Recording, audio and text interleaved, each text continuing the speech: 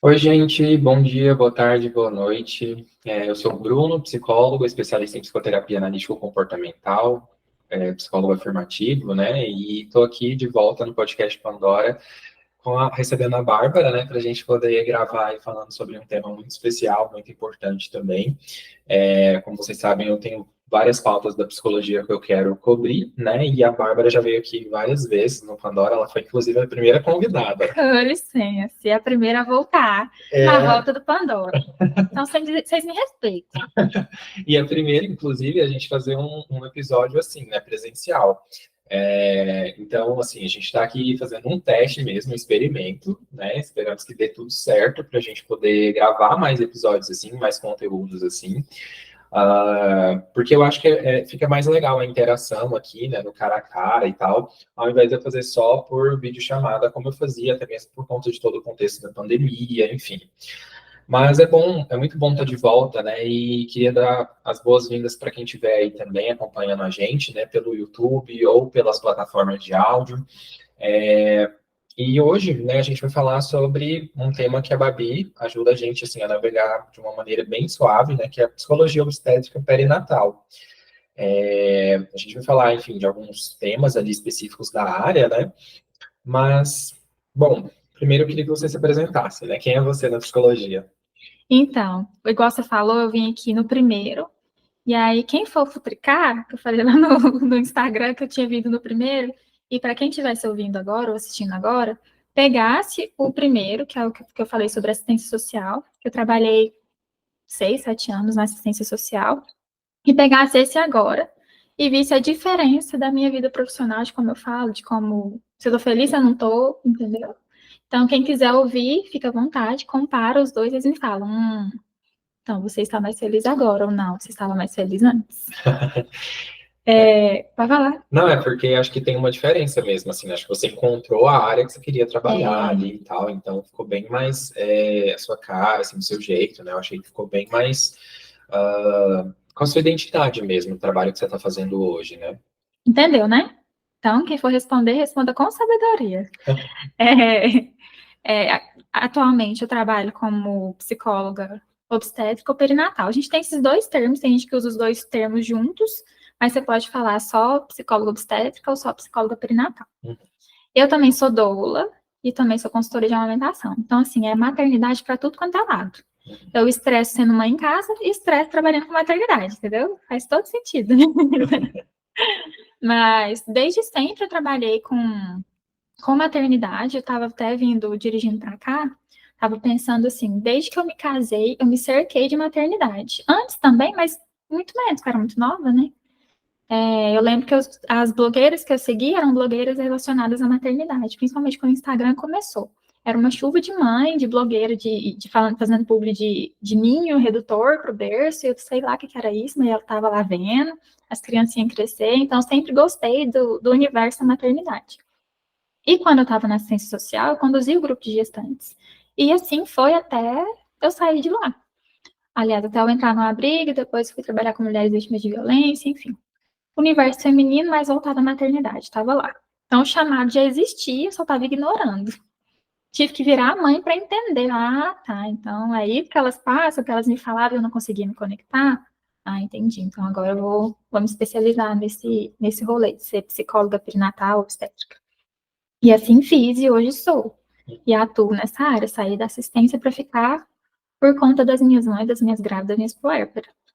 E estou aqui. E como doula, acho que tem 2 anos que eu me formei, consultora, me formei ano passado, e tem dado super certo. Sou muito feliz nessa área. Ontem eu fui numa educação perinatal e foi tão incrível. Ai, gente, eu choro sempre. Eu faço as visitas de pós-parto, choro. As puérperas que a gente atende na psicoterapia, choro também junto com elas. Eu falo, você aguenta meu choro? Porque eu vou precisar chorar só um pouquinho. Aí ela chora junto comigo. Então, a gente se vincula muito mais fácil. Então, eu tô bem feliz nessa área. É bom. Que bom. Eu acho que o importante é isso, né? Assim, a gente está realizado aí na área que a gente está atuando, que a gente escolheu atuar. Da mesma forma como eu decidi assim, dar esse foco, por exemplo, para a psicologia afirmativa, né? Que é uma área Uhum. com a qual eu tenho uma vivência. Então, acho que a questão da vivência, né? É diferente. É A gente falou esses dias sobre esses negócios, né? sim. De a gente ser verdadeiro com quem a gente é, no nosso lado profissional também, juntar esses dois e saber diferenciar ao mesmo tempo, a gente deslancha melhor, porque a gente se sente mais confiante na atuação, a pessoa sente essa confiança na nossa atuação também, a gente sabe orientar melhor, a gente estuda com mais afinco, enfim. Sim. A gente tem que se identificar com a nossa área, não tem como. Você gostar de uma coisa e atuar em outra, porque, enfim. Exato. Bom, então, assim, para a gente continuar nessa conversa, a gente sabe já agora que é ou uma psicóloga, né? A gente pode falar psicóloga obstétrica ou psicóloga perinatal, né? Ou Mas os dois juntos também. Ou os dois juntos também. A atuação é a mesma. Entendi. E o que faz, né, uma psicóloga obstétrica perinatal, né? E a quem se destina, quando a gente precisa procurar, como é que funciona? Tá.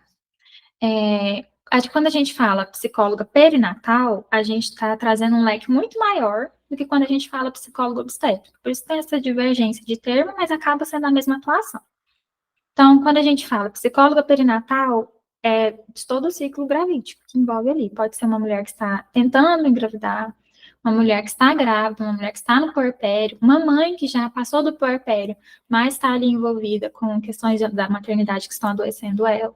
Então, ela vai procurar uma psicóloga perinatal, porque a demanda dela está relacionada à maternidade, à gestação.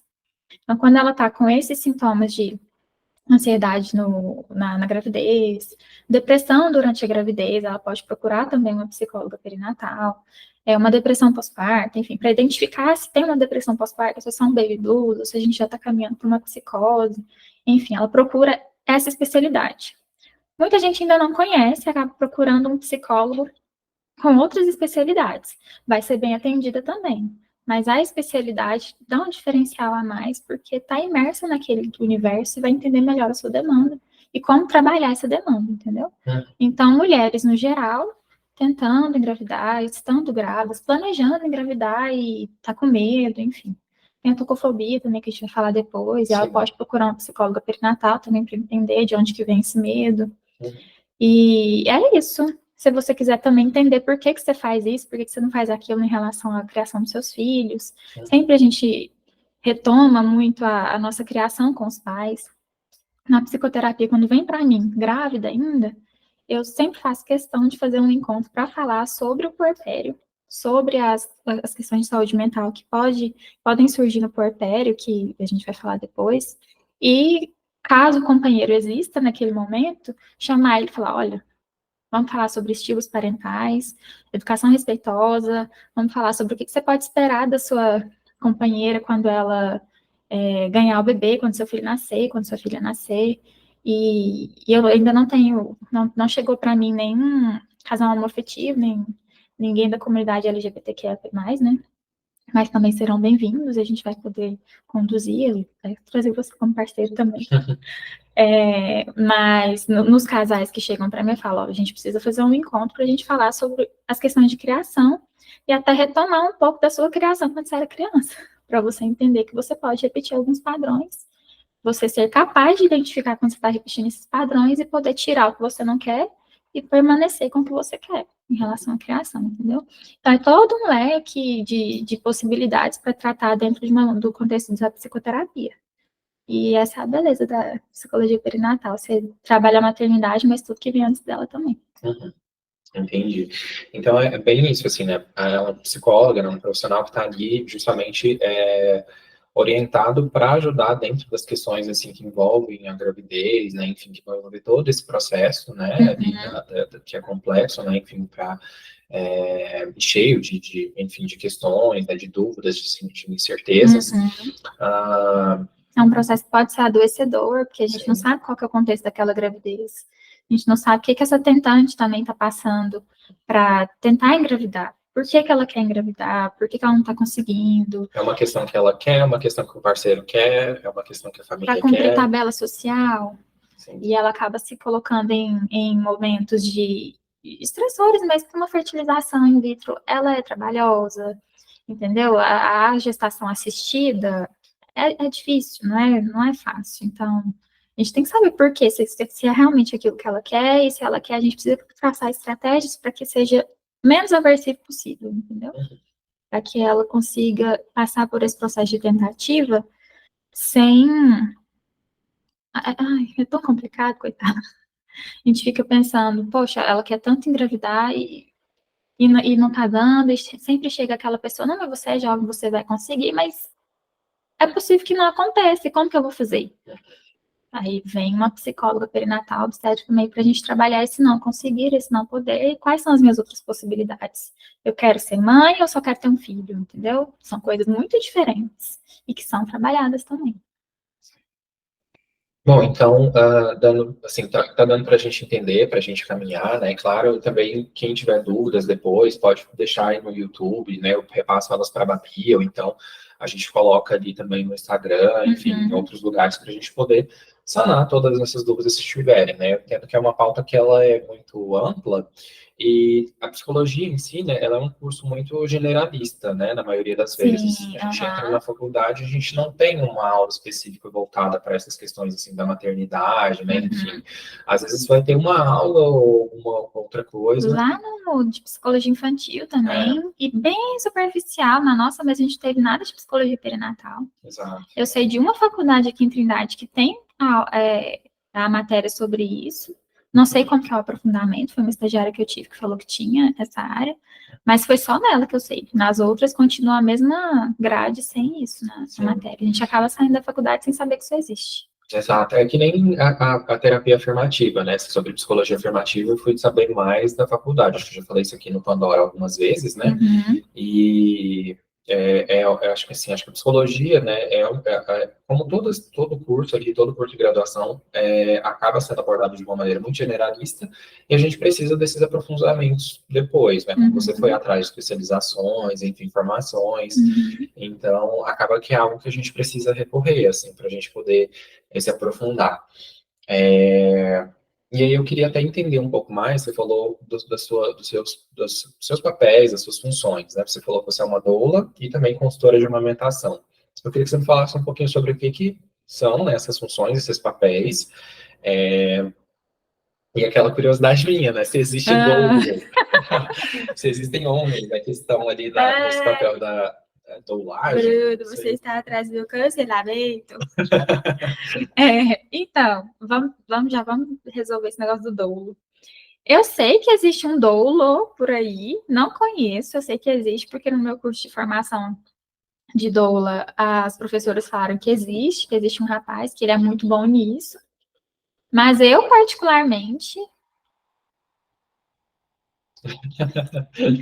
não sei se é algo legal.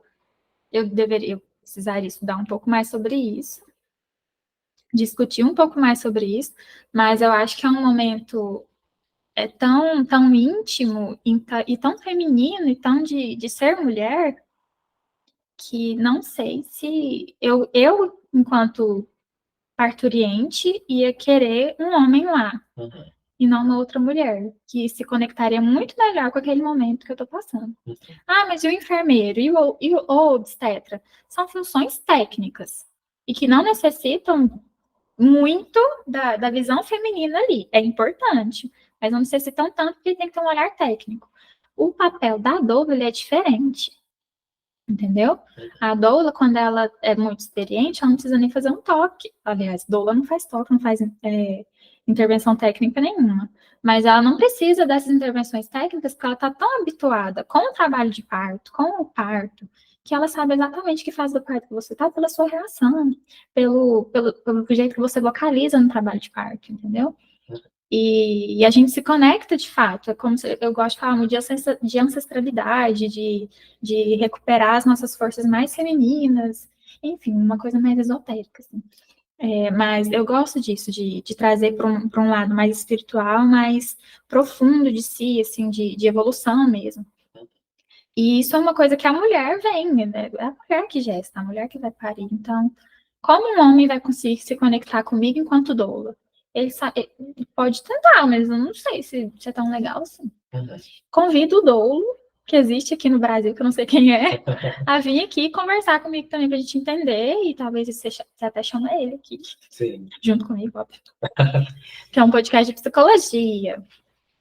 Mas chamar, eu converso com ele, que seja no Instagram, e a gente entende como que é a atuação dele, pega relatos das mulheres também que ele já atendeu. Eu tenho certeza que ele faz um bom papel, mas eu não conheço. Sei que existe, mas não conheço.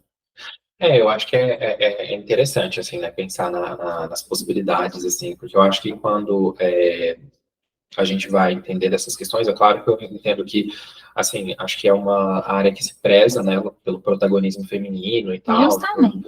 por essa questão, assim, de colocar ali a mulher no centro e tal, mas eu acho que, assim, dá para a gente tentar entender, assim, né, como que pode ser para cada uma dessas mulheres, né? Porque, assim, pode ser que talvez uma mulher tenha crescido num ambiente que seja mais, às vezes até com mais figuras masculinas, ou figuras de referência, assim, e tal, então talvez ela tenha uma capacidade de se vincular mais, Sim, até mesmo que, por exemplo, que o justo. marido participe, e esse marido talvez comece a se aprofundar tanto, eles têm uma vinculação, e eu não sei se ele pode assumir esse papel, por exemplo, de um doulo, mas O o marido, marido, por fala. exemplo.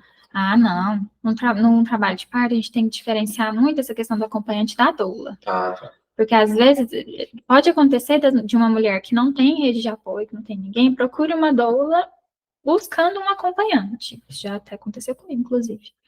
Mas são papéis diferentes. Quem tem que tomar decisões práticas ali é o acompanhante. O papel de proteger a mulher é o acompanhante. Então, a doula faz um papel importantíssimo antes do parto, que é a educação perinatal, os encontros que ela explica tudo sobre parto, sobre gestação, sobre amamentação, sobre pós-parto. Ela faz o papel que todos os profissionais que passam pela mulher deveriam fazer, às vezes não faz, a doula faz. E aí, quando ela entra lá no hospital para acompanhar esse trabalho de parto, ou na casa da gestante mesmo, ela precisa ter um papel diferente, que é preparar um ambiente, ser um alívio não farmacológico da dor, lembrar essa mulher que ela é protagonista daquele processo, que o parto é dela, que o parto não é do obstetra, não é do marido dela, não é do enfermeiro, não é do hospital, é dela. Entendeu? E reconectar ela com o processo do corpo dela mesma. Falar, olha, tô observando tal coisa, vamos fazer assim, vamos fazer assado. Ah, quero uma analgesia, vamos tentar outra coisa. E fazer o possível para que essa mulher não peça intervenções, entendeu? Que ela se sinta bem, que consiga parir, enfim. Aumenta muito a chance de ter um parto normal quando você tem uma doula. Justamente para a gente ter essa preparação de ambiente. Trazer a mulher para o processo, entendeu? Deixar ela dona daquele espaço. A gente entra no hospital, a gente se despersonaliza, né? A gente vira um leito, uma sala, a fulana quer isso, a fulana quer aquilo, um número. Então, a doula vai lá, o seu nome é tal, você quer isso, você quer aquilo. Lembra que a gente conversou, entendeu? Então, a gente traz essa mulher de volta. O acompanhante, é para ele que o obstetra vai perguntar se pode fazer tal intervenção. Eu não posso falar nada, entendeu? Não é o meu papel, eu não tenho nenhum conhecimento técnico, entendeu? O nosso curso não é técnico. Nosso curso, ele é uma pegada diferente. Então, precisou fazer uma cesárea de emergência ali, posso fazer a cesárea? Não é a doula que decide, é o acompanhante. Viu uma violência obstétrica acontecendo? Não é a doula que aponta e fala que não é para fazer, é o acompanhante. Então, quando a gestante contrata a doula tem que falar assim, olha, cadê seu acompanhante? Seu acompanhante precisa participar, que é ele que vai te proteger. E o papel de te proteger é agora, informando ele que ele tem que prestar atenção. Entendeu? Então, não dá para o acompanhante ser doula ao mesmo tempo. Ele tem que focar em proteger aquela mulher. Sim, da mesma forma como você falou, né? Você foi chamada por uma paciente, uma cliente, né? Para ser a acompanhante. Só que eram funções diferentes. Você estaria ali como doula, então você não poderia ser acompanhante, né? Entra em conflito, né? Entra em conflito. Então, faz sentido, assim, né? Mas acho que é um tema realmente assim que dá para se pensar, né? E explorar, entender mais a fundo, né? A gente deixa aberta também assim para a gente poder falar com outras pessoas. Eu gravava Pandora online, né? Por videochamada, então também posso ir atrás de encontrar outras pessoas que talvez vão falar outras questões ali também que atravessam, né? Essa prática, enfim. Às vezes eu vou conhecer esse domo aí nessa jornada. Então, vai que, né? Apareça, Dolo, vamos conversar. E como é que é o seu papel enquanto consultora de amamentação? Ah, tá. Ele também pode acontecer durante gestação, e explicando para a mulher, olha, a amamentação é isso e aquilo, itens que você tem que evitar no seu enxoval para não atrapalhar a sua amamentação, chupeta na madeira, por exemplo, que faz parte do enxoval de toda mulher, mas a gente chama do kit de desmame, né? Então, o seu foco é amamentar? Você pretende amamentar? Beleza. Então, a gente ensina a pega correta, como identificar uma candidíase mamária, se o bebê tem freio na língua, se não tem, torcicolo congênito, se não tem. A gente aprende tudo isso para ensinar para a gestante. E aí, quando o bebê nasce, a gente fala, agora é nosso momento. Então, a gente vai ao hospital, coloca o bebê direitinho, ensina ela a fazer a pega por si só, porque a amamentação é dela. Não vai ter como alguém lá colocar o bebê encaixado no peito dela todos os dias. Então, ela precisa aprender para não ter uma fissura nesse peito, para não machucar, para não dar uma mastite, entendeu? Então, é muita coisa que uma consultora de amamentação faz para garantir o direito dessa mulher de amamentar e desse bebê de ser amamentado. Então, vai no hospital para garantir a hora de ouro, que é o primeiro contato pele a pele, a primeira mamada, entendeu? É muito importante, é um vínculo importantíssimo que a gente começa a fazer ali e garante que essa amamentação aconteça com menos dificuldade no futuro. A gente muda vidas, assim, e salva um dinheiro, porque afinal de contas, fórmula é o quê? Uns R$70, uma lata. E você usa o que? Umas 300 no mês. Sim, sim. Né? Então, a gente é a favor da economia. E eu acho que é importante a gente pensar assim também, né? Pelo menos eu acredito muito que a gente precisa ter essa questão de fomentar para as pessoas a importância de se aprender sobre o que é a paternidade, maternidade, o que é esse campo de ter um filho, né? De ter uma criança ali.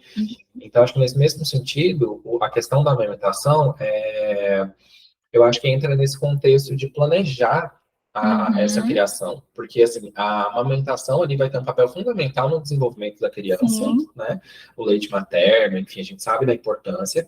Então, da mesma maneira, não é só porque tem, enfim, a mama, né, tá com leite, tá produzindo leite, que vai amamentar e tá de boa, né? Porque não é instintivo. Não é, exato. Não é instintivo, é manejo, é a pega correta, é entender o histórico daquela mulher, se ela já amamentou ou não, é a primeira amamentação, então a gente tem que ser mais incisivo nesse manejo, trazer a família também para ficar a favor dessa amamentação, porque um dos principais sabotadores da amamentação pode ser a própria família, a própria rede de apoio, que deveria ser apoio, mas desapoio.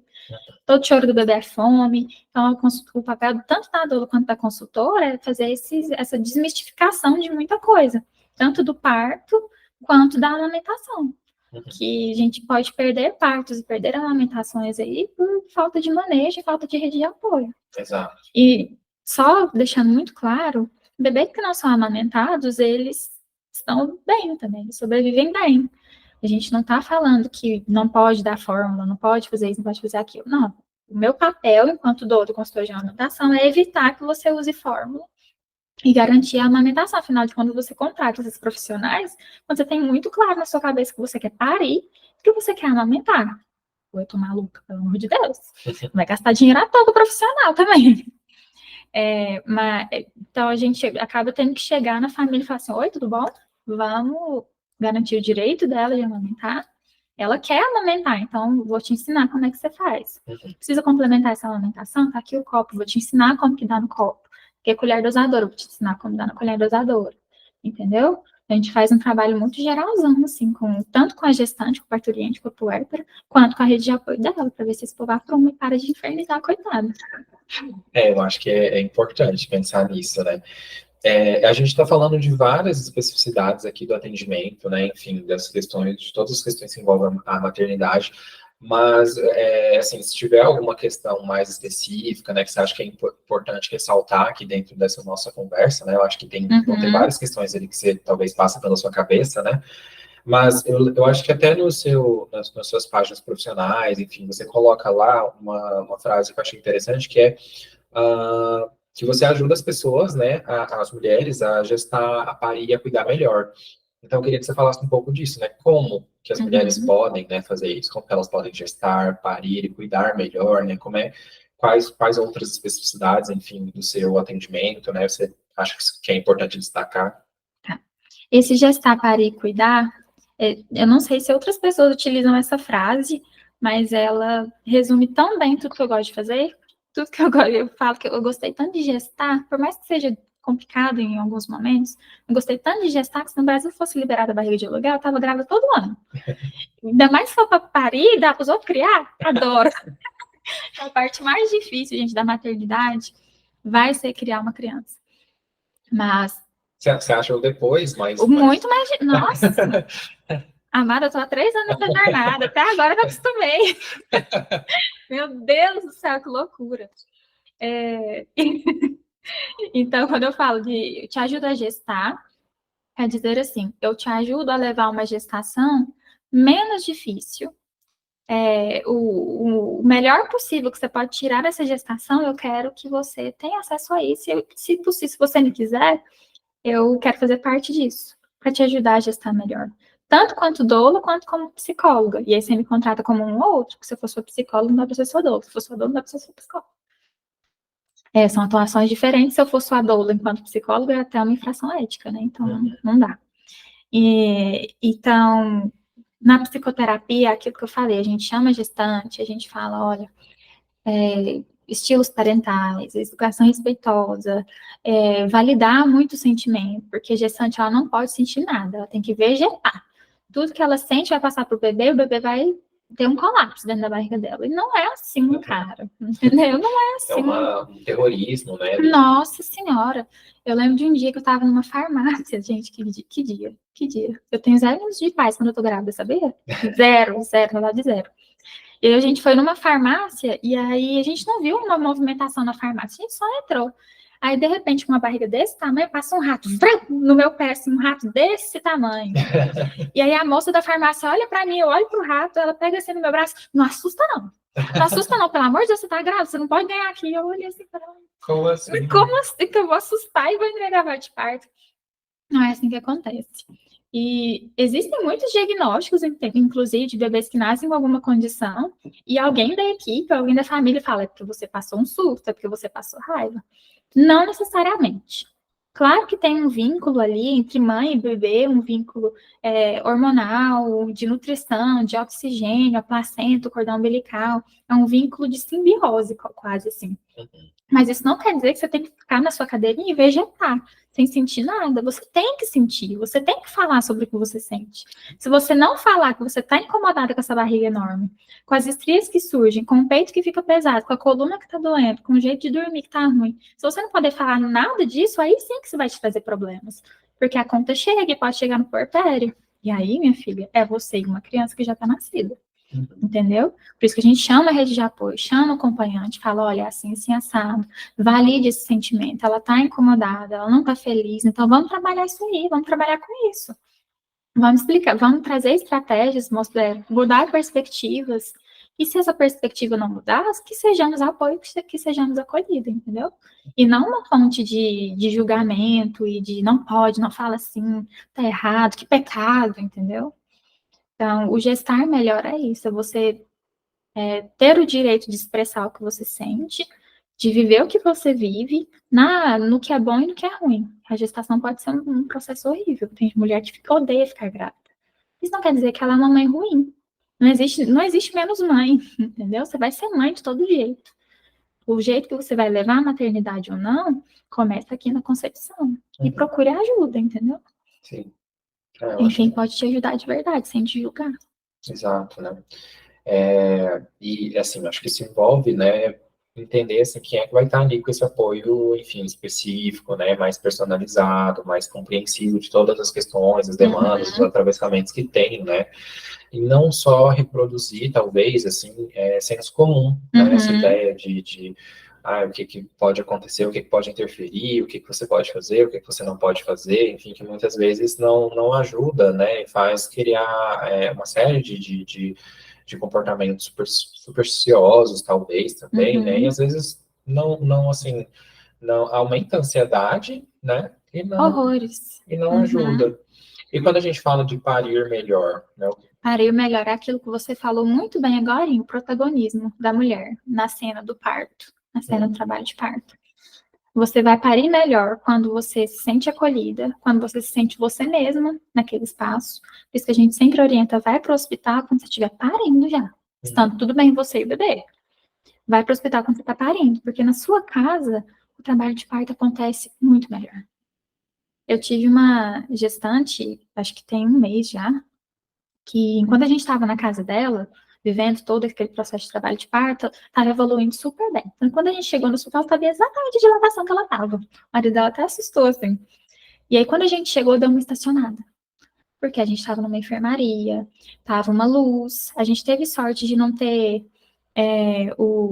outra pessoa lá na enfermaria, que era um leito duplo, tinha 2 leitos lá, não tinha ninguém, a mulher tinha feito cesárea, não tinha subido ainda.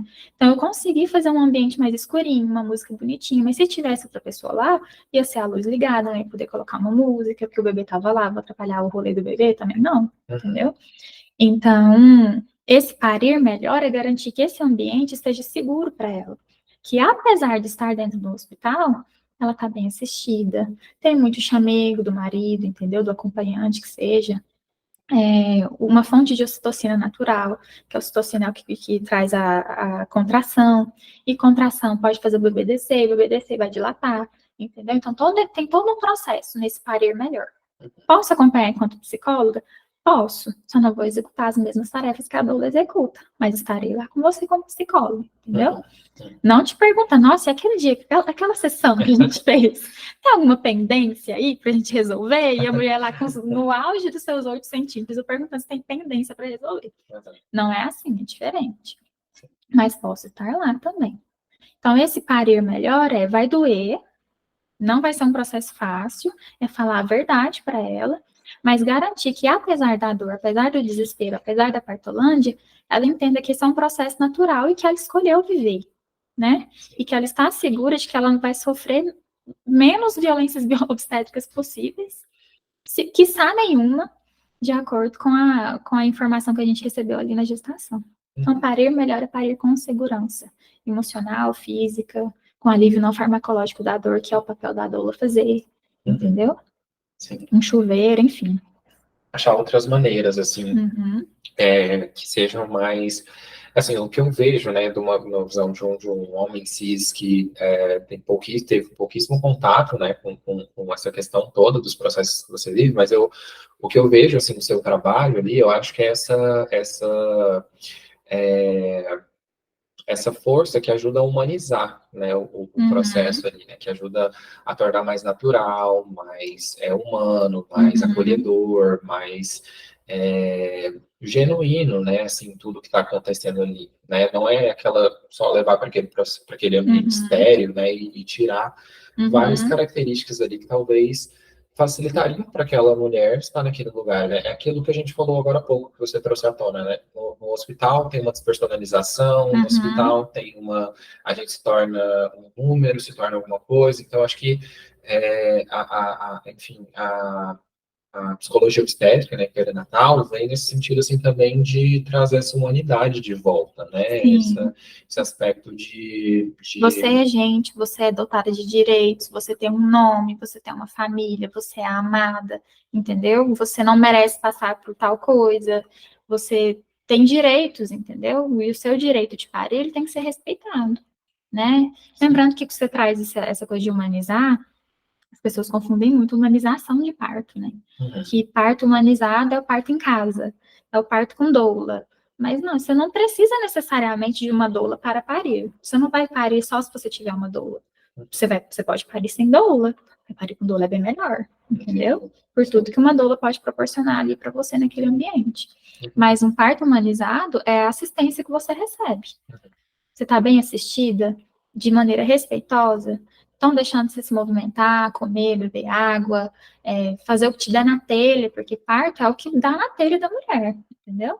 Deixar ela viver o processo dela, deixar ela viver o rolê dela. Estão deixando isso? Então, ótimo. Estão te assistindo bem, ouvindo o coração, fazendo toque de vez em quando só.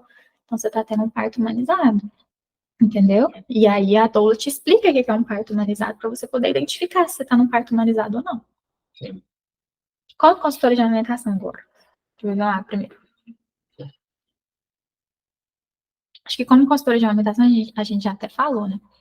Que ela pode contratar uma consultora ainda na gestação para fazer essa preparação para amamentar, saber o manejo, tudo certinho, tudo que a gente avalia no pós-parto. E pode chamar no pós-parto mesmo, que é o mais comum. É quando o pau tá torando. Não chamei uma consultora antes, vou chamar agora. Tentei tudo que eu podia. Chupeta, bico intermediário, não deu certo. Agora eu vou chamar uma consultora. Por isso que as pessoas acham que consultora de amamentação é terrorista de bico artificial, mas não, porque a gente só é chamada quando tá ruim, quando tá dando ruim. E geralmente está dando ruim porque você introduziu uma mamadeira sem necessidade, não porque você é mal, porque você é uma mãe ruim, não, você só não tinha orientação na época, ou foi orientada muito mal. Então, ela chama a consultora para a consultora tentar dar um jeito. E aí a gente tenta dar um jeito mesmo. Encaixa o bebê melhor, vê se tem um freio em caminho para dizer para uma fonoaudióloga, para uma odontopediatra, para falar se tem ou não esse freio, se tem que intervir nesse freio ou não.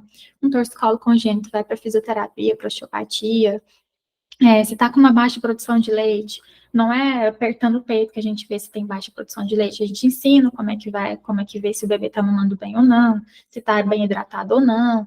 Então, é uma profissional de saúde mesmo. Tanto a doula quanto da consultoria de amamentação é um profissional da saúde, para garantir tanto a saúde daquele bebê que acabou de nascer, ou daquela mulher que também acabou de renascer, entendeu? Sim. É um rolezão, gente, é complexo, mas vale a pena. Sim. Não, acho que é muito importante, né? Assim, é necessário, né? E, assim, a gente levantou várias questões aqui, né? Assim, acho que é uma primeira pauta ali para a gente poder abordar as especificidades, algumas questões. É claro que vão ter tópicos que talvez a gente não aborde aqui, a gente deixe para abordar num episódio futuro, enfim, né? Mas ainda tem alguns tópicos aqui que eu acho que são importantes para a gente poder cobrir, né? Uhum. É um que a gente já passou ali por cima também, né? Já sobrevoou, que é quem que pode se envolver com essas questões, né? E aí eu quero saber, assim, realmente, de uma maneira mais generalizada, né? Tipo, tanto em sentido de rede de apoio, quanto de profissionais, né? Quem é que se envolve com essas questões, né? Enfim, da maternidade. E aquela outra questão que a gente tinha tocado também, né? Tá, mas essas pessoas ali, né, envolvidas, enfim, mas e o instinto materno, né? Ele tem um papel, como é que ele participa, ele existe? Se você puder já dar um spoiler ali.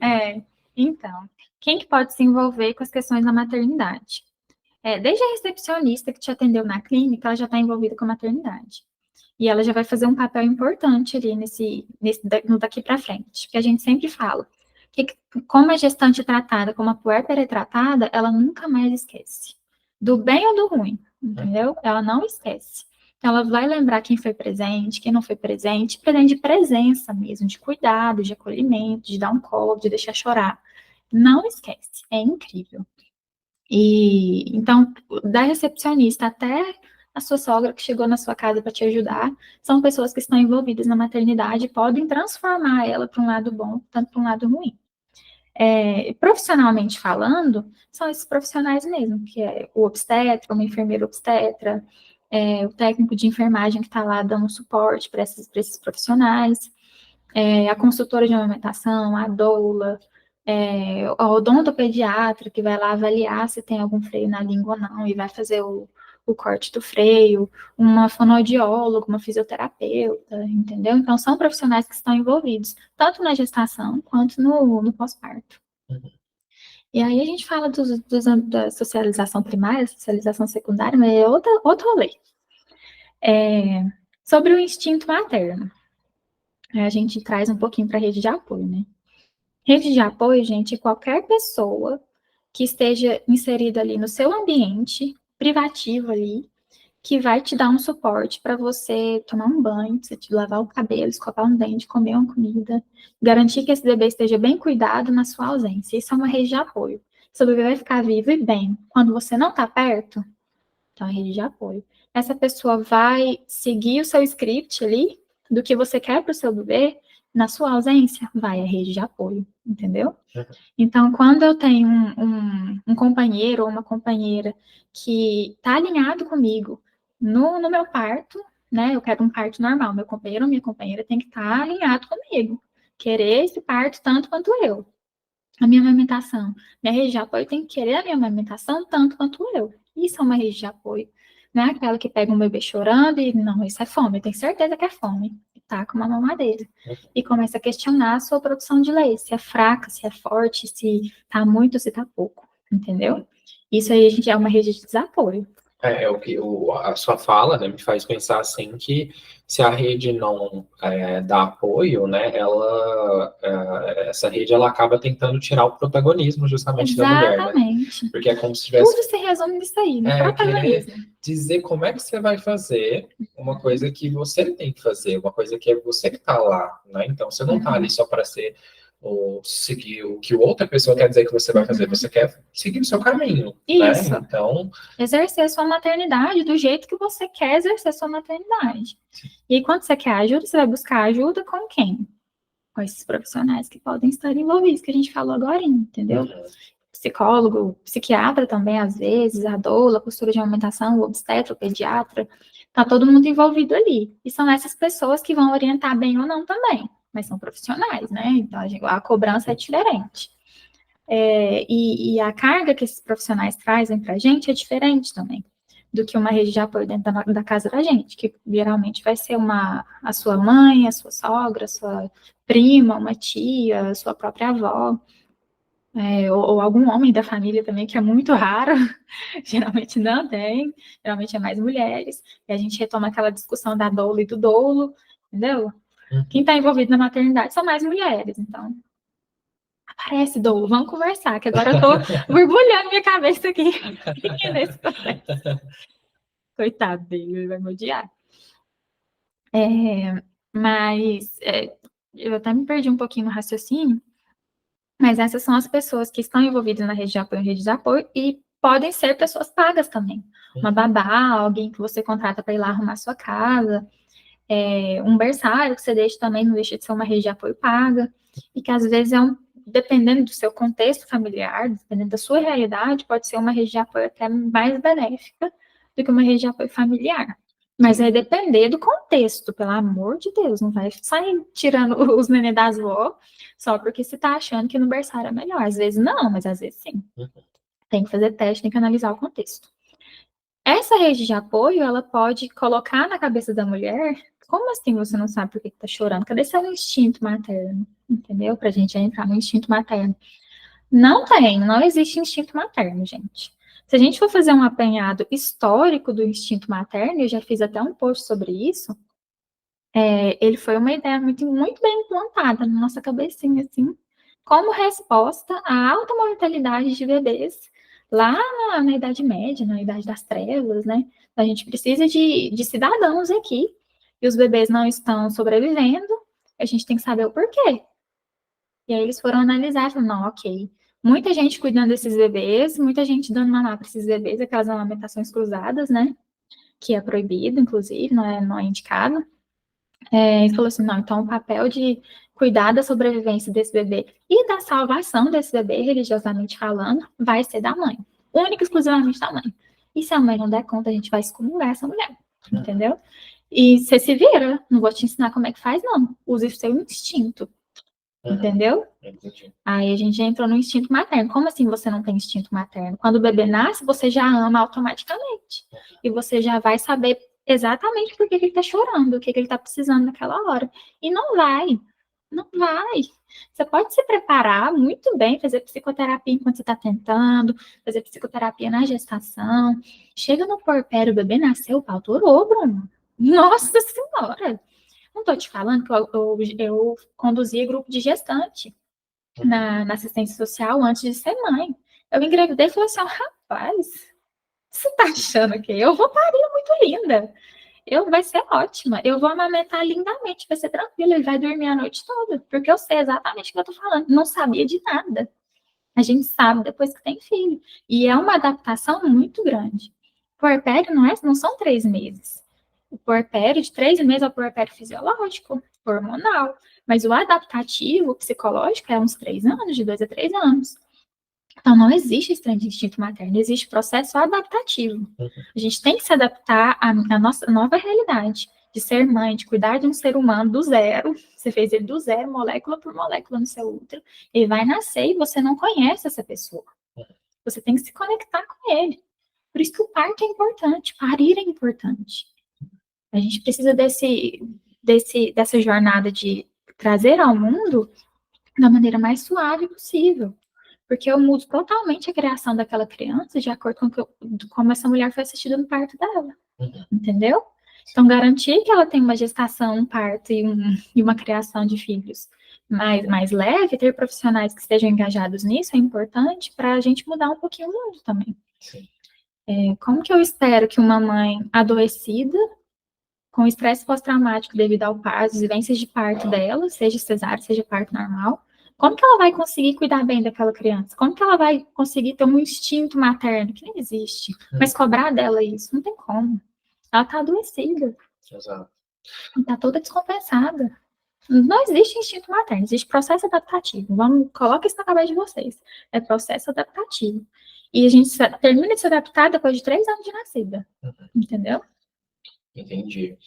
Eu acho que, assim, é muito importante deixar isso claro, né? E a gente olhar realmente, assim, para todas essas questões que vão impactar ali, né? Que não necessariamente por ser mulher, enfim, por ter um corpo preparado para isso, a pessoa vai saber necessariamente o que fazer, como fazer, quando fazer e tal. Tudo na vida a gente precisa aprender. Tem que né? aprender. A gente não vai nascer com isso como um reflexo, como uma questão ali, enfim, natural, assim, que vem intuitivamente, né? Não funciona assim necessariamente. E até para a gente fechar, assim, essa primeira pauta, né, olhando assim um pouco para isso, enfim, com você aqui, né, com a gente falando dessas questões, eu quis trazer também um espaço para você poder falar um pouco sobre as condições que envolvem a maternidade, que a gente mencionou até ao longo da conversa, né, assim, você citou baby blues, depressão pós-parto, psicose puerperal, homofobia, né, o que é cada uma dessas palavrinhas aí difíceis? São palavras difíceis mesmo. Difíceis de falar e difíceis de viver. Começando pela tocofobia, para a gente já deixá-la bem explicadinha, ela não é uma questão de saúde mental de puerpério, ela é uma questão de saúde mental de uma mulher que ainda não gestou.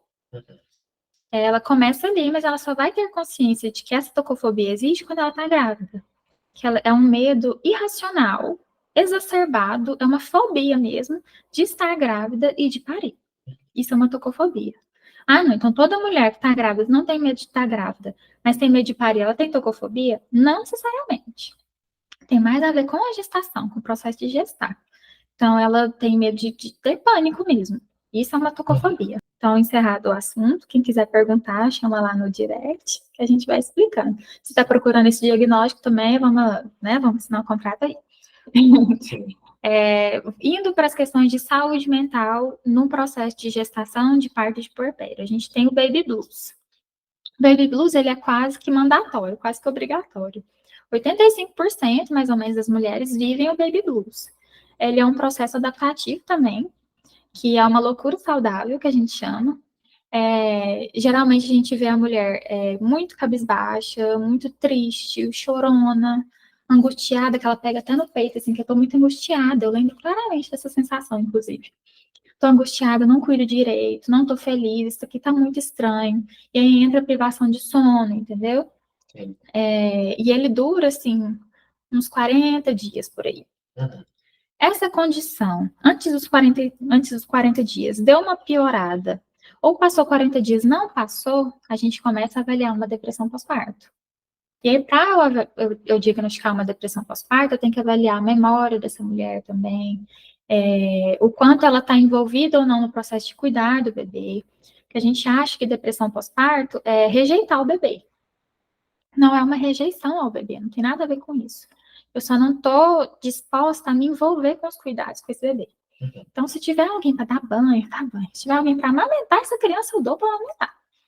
Amo demais. Nossa, que bom que existe. Que bom que nasceu, mas ai, que saco. Entendeu? Muito ruim. Aí entra todos aqueles outros sintomas. Choro fácil, a memória fica prejudicada, angústia exacerbada. Então, sintomas de, até às vezes, alguns surtos também, de choro é assustador. Para quem vive e para quem vê a depressão pós-parto. E aí a gente tem também o mais assustador de todos, que geralmente é ele que sai em notícia e as pessoas acabam falando nos comentários que é uma depressão pós-parto, mas é a psicose puerperal. A psicose puerperal a gente pode diagnosticar, tipo, até uns 5 dias, assim, de pós-parto. que ela pode surgir, no mínimo, assim, que é um estado de psicose mesmo, a pessoa se desconecta da realidade. O bebê nasce e a mulher é outra pessoa, você não reconhece aquela pessoa assim, ali na sua frente. É um discurso desconectado com a realidade. Eu tô aqui conversando com você e de repente estou falando que você é o Hulk, entendeu? Que você é o Homem de Ferro, que você... Enfim, eu crio histórias, eu não me lembro de muita coisa. Se perguntar se você esteve grávida, eu nunca estive grávida. Você tá maluco? Isso não aconteceu. E agressividade também pode estar envolvido. E aí é um caso que a gente tem que cogitar, inclusive, a internação daquela mulher. Uhum.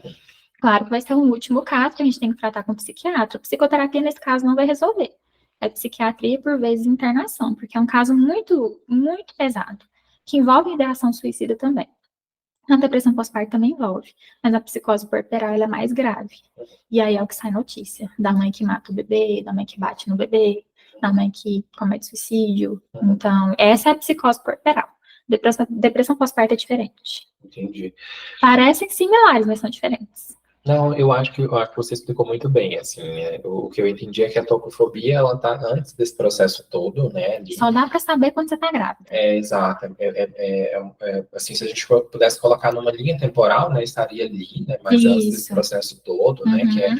justamente essa questão, essa fobia do processo de engravidar, de gestar, de parir, de cuidar, né, enfim, quando a gente fala do baby blues, tem aquela questão dos 40 dias que você falou, você acha que tem a ver até, não sei, né, me corrija se eu estiver falando besteira, mas aquela questão da baixa hormonal, Justamente. né, de todo esse processo, assim, de É a adaptação. adaptação, que tem a ver com o que você falou, assim, que não é instinto materno, é processo adaptativo, então nesse processo adaptativo pode ter esse processo de baby blues, né, que é até 40 dias.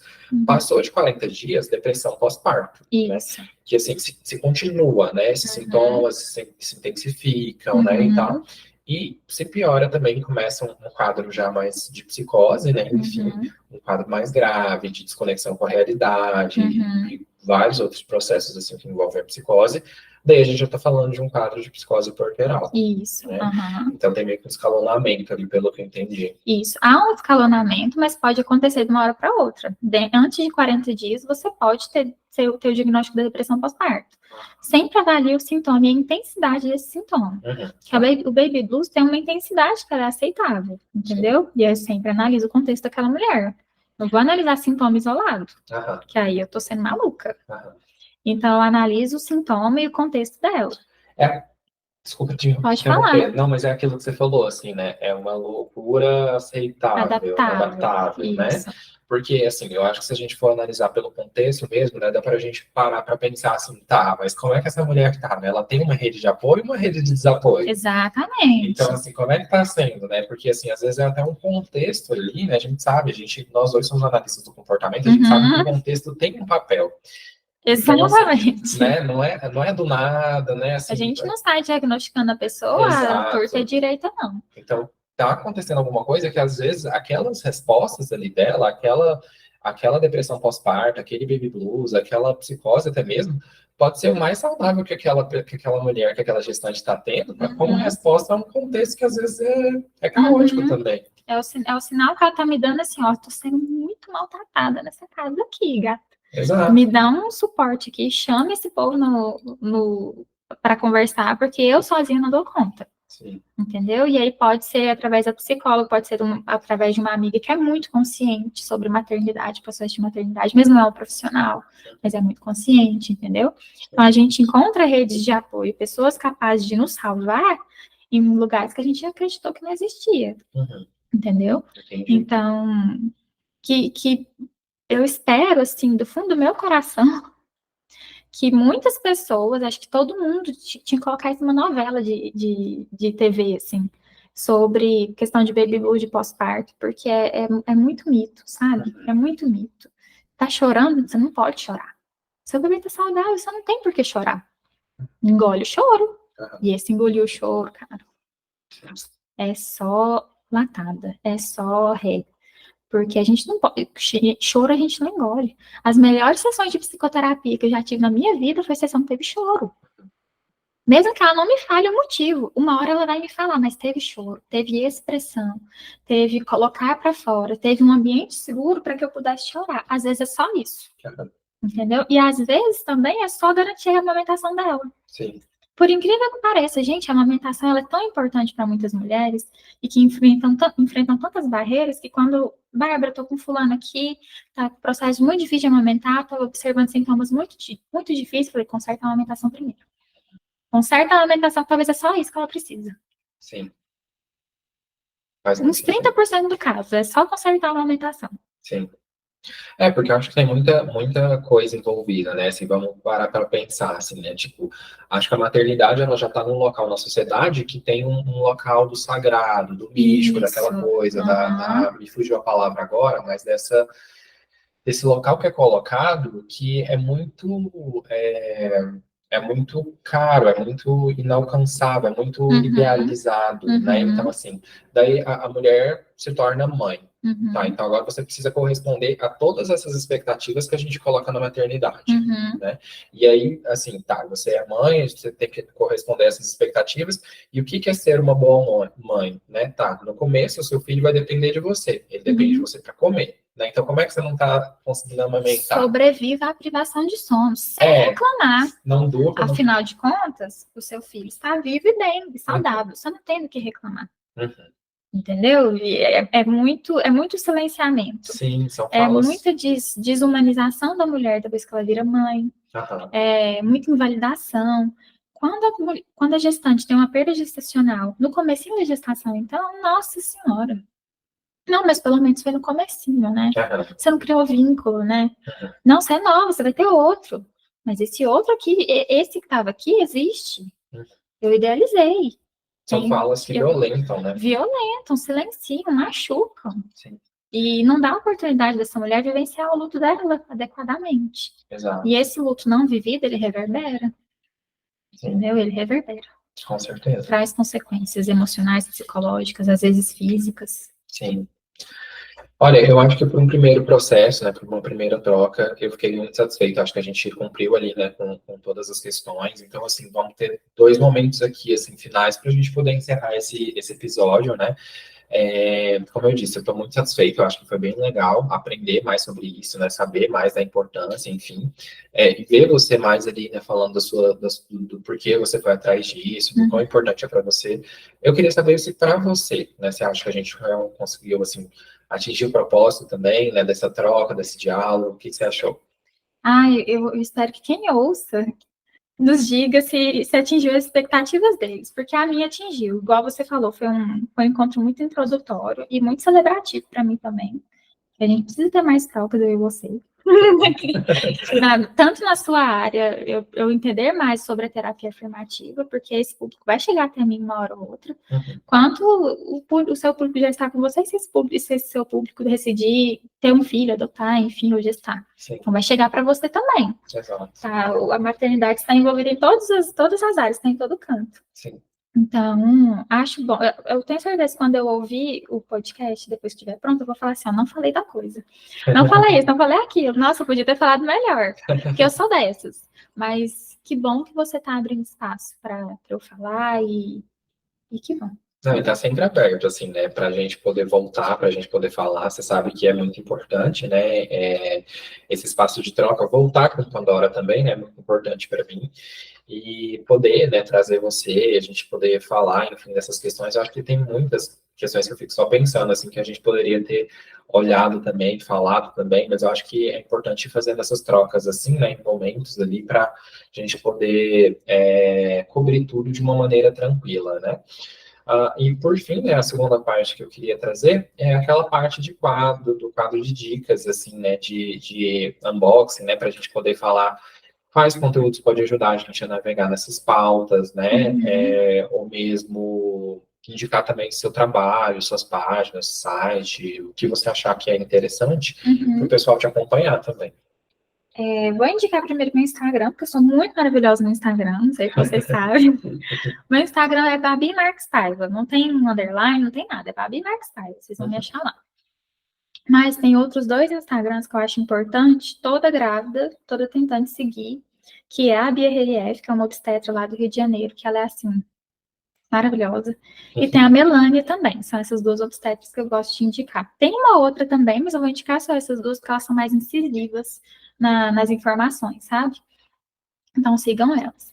Tem algumas séries da Netflix que eu acho um pouco problemático sugerir, mas vou sugerir, porque traz esse... Até como crítica, né? Exatamente, para vocês terem fazer uma análise crítica, até cultural também, de como a maternidade ela é exercida nesses países nórdicos, né, nos países do norte, e como a gente exerce aqui, que é totalmente diferente. Uhum.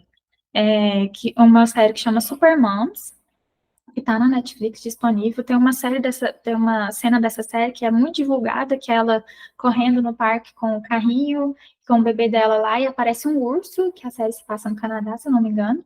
E aí ela começa a gritar pro urso, o urso vai embora. E é uma cena assim poderosíssima, que ela se sente maravilhosa, que, nossa, que mãe, né? Que mãe, que animal que eu fui. Mas é uma série que traz muitos problemas em relação à maternidade, às técnicas que elas utilizam, mas que também trazem um quentinho no nosso coração quando a gente vai pensar assim, poxa vida, eu tô achando que eu tô aqui cometendo vários erros, mas não tô nada, tá tudo bem. Eu tô bem, eu tô melhor do que esse povo aí, que tá fazendo esse tanto de merda. É uma série para você se sentir um pouco melhor sobre a maternidade que você exerce. Tem um filme também, eu tinha anotado o nome dele, mas eu esqueci, mas todo mundo vai saber que filme que é. Sabe aquela atriz de The Crown que faz a irmã da Elizabeth? Em qual era? Na primeira era. A Vanessa Kirby. Acho que é. Ela Sim. faz esse filme na Netflix, que ela estava grávida, fez um parto domiciliar e o bebê acabou vindo a óbito. Sim. E eu trago atenção para esse filme em como ela viveu o luto dela e como a mãe dela interferiu muito em como ela viveu o luto dela, inclusive processando, né, a profissional que estava lá com ela. E na cena do tribunal, acho muito importante trazer isso à tona, na cena do tribunal, ela dá uma resposta de, não, ela não ouviu o coração, só que traz uma cena dela ouvindo o coração. Que às vezes as coisas se perdem nesse processo de maternidade, no processo de luto. Então, é importante a gente deixar com que a mulher viva o luto dela, para que ela elabore o luto dela em paz. São seus filhos, né, Bruno? São meus filhos. São os filhos do Bruno. Bruno é pai, gente, que vocês não sabem. Então, se você achar o nome do filme, eu anotei, eu esqueci. Não, mas eu coloco depois para a gente poder indicar. Assistam com um olhar muito crítico e discutam comigo no Instagram quem quiser para falar como é que é. E são essa série e esse filme que eu quero sugerir. Ótimo. Eu acho que, assim, são conteúdos muito bons, né? O seu perfil ali, acho que tem muita pauta para a gente poder analisar, para a gente entender, para a gente se aprofundar, para a gente se educar, né? Dessas questões todas. A série também, né? Super Moms, ou mesmo o filme com a Vanessa Kirby ali, né? Eu acho que vai ser muito importante para o pessoal que gostou dessa pauta, que quer se aprofundar mais, né? Eu só reforço as suas dicas, né? E eu já trouxe aqui também a Nath, né? Que ela também é uma amiga minha muito importante, que ela é lá de Jataí, e ela tem, junto com a Raíssa e com a Duda, com a Eduarda, elas têm o Amanhecer, né, que também é um grupo assim, de psicólogas ali que trabalham com questões do maternar. E elas já tiveram aqui no Pandora, mas só quando eu gravava, na verdade, em áudio, né? Então, depois até preciso voltar a convidar elas para estarem aqui também, assim, ou presencialmente, ou mesmo por videochamada. Para complementar também, né? Com certeza, nossa, super. Mas é isso, assim. Então a gente vai. Primeiro, assim, queria te agradecer, né? E agradecer também a quem ouviu, né? Ou assistiu até aqui. E dar um espaço também para você dar seu feedback e agradecer aí aos ouvintes. O podcast é maravilhoso, gente. O Pandora, ele é perfeito. Não tem defeitos, tem episódios, assim, importantíssimos para a gente que é psicólogo e para quem for o público em geral também. Então, é serviço público que você está fazendo. Você devia ganhar do governo. Até a Ronete que não prometeram. Polêmica. Mas eu te admiro muito por conduzir um podcast. Assim. que quem te acompanha, tanto no podcast quanto nos seus perfis, sabe que houve uma evolução, assim, do Bruno que não aparecia nada, só postava foto de flor, pro Bruno que coloca a cara pra jogo, entendeu? Sim. E eu me inspiro muito em você nessa sua jornada de vou aparecer. Então, obrigada por ser meu amigo há tantos anos, pela paciência, porque eu sou ausente. Eu estava falando sobre isso esses dias no meu Instagram, que eu sou muito ausente com as pessoas que eu amo, mas vou tentar ser melhor. Uma última recomendação, e essa é uma recomendação de doula, os documentários, são 3, que chamam Renascimento do Parto. É um documentário que ele fala a verdade mesmo, conta a verdade sobre parto, sobre cesárea, sobre o cenário no Brasil, e como a gente está tentando transformar isso. Não é fácil de assistir, independente se você está grávida ou não, mas é importante que assista quando você se sentir preparado, para você entender o porquê que é importante a gente incentivar o parto normal e a amamentação dessas mulheres. Uhum. E o que motiva essas pessoas que trabalham com mãe, com gestante, com parida, a continuar fazendo isso. Não é só por dinheiro, não é só por status. Se fosse por dinheiro, a gente não trabalhava com isso, mas é pelo nível de transformação social que o nosso trabalho tem capacidade de fazer. Então, assistam o Renascimento do Parto assim que possível. É isso. Amém. Obrigado, gente. A gente fica de voltar, né, futuramente com novas pautas, enfim, mas muito obrigado a todo mundo que tenha ouvido, né, ou assistido até aqui. Até mais. Até mais.